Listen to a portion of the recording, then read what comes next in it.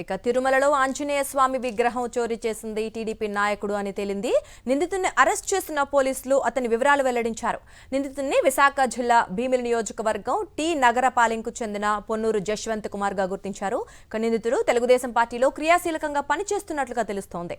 మంత్రి నారా లోకేష్, గంటా శ్రీనివాసరావుతో పాటు పలువురు టీడీపీ కీలక నేతలతో దిగిన ఫోటోలు సోషల్ మీడియాలో ప్రస్తుతం వైరల్ గా మారాయి. తిరుమల డౌన్ ఘాట్ రోడ్ లో ఆ ఆంజనేయ స్వామి పెద్ద విగ్రహం దగ్గర ఉన్నటువంటి ఒక చిన్న విగ్రహాన్ని ఒక గుర్తు తెలియని వ్యక్తి తీసుకెళ్లాడు.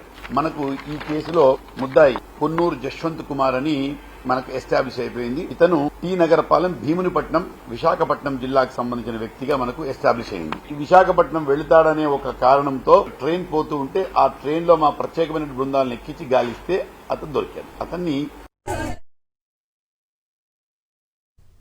ఇక ఇదే అంశానికి సంబంధించి మరింత సమాచారం మా కరెస్పాండెంట్ అనిల్ అందిస్తారు.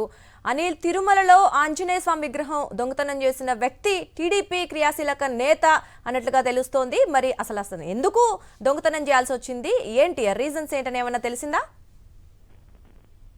భీమిలి నియోజకవర్గం టీ నగరపాలెం గ్రామానికి చెందినటువంటి జశ్వంత్ అనే వ్యక్తి ఈ ఆంజనేయ స్వామి విగ్రహాన్ని చోరీ చేశారని పోలీసులు నిర్ధారణకు వచ్చారు. ఆ వివరాలు కూడా వెల్లడించారు. కానీ చోరీ ఎందుకు చేశాడు, ఎందుకు చోరీ చేయాల్సి వచ్చింది, ఉద్దేశం ఏంటనే కోణంలో పోలీసులు ఇంకా విచారించాల్సినటువంటి అవకాశం కనిపిస్తుంది. మరోవైపు జశ్వంత్ తెలుగుదేశం పార్టీలో క్రియాశీలక కార్యకర్తగా ఉన్నట్టుగా మనకు సమాచారం ఉంది. తెలుగుదేశం పార్టీకి సంబంధించినటువంటి కీలక నేతలు ఇటు మంత్రి నారా లోకేష్ తో పాటు రఘురామకృష్ణరాజు, అలాగే గంటా శ్రీనివాసరావుతో కూడా ఆయన ఫోటోలు ఉన్నాయి. అలాగే ఇతరత్ర టీడీపీకి చెందినటువంటి కీలక నేతలతో కూడా ఆయన ఫోటోలు సోషల్ మీడియాలో వైరల్ గా మారాయి. అలాగే తెలుగుదేశం పార్టీకి సంబంధించినటువంటి కీలకమైన వింగ్ లో కూడా ఆయన పనిచేస్తున్నట్టుగా తెలుస్తా ఉంది. ఆ వివరాలు కూడా వెల్లడయ్యేటువంటి అవకాశం కనిపిస్తోంది. ఇప్పటికే టీ నగరపాలెంకు సంబంధించినటువంటి స్థానికుల నుంచి పోలీసులు వివరాలు సేకరించేటువంటి ప్రయత్నం చేస్తున్నారు. మరోవైపు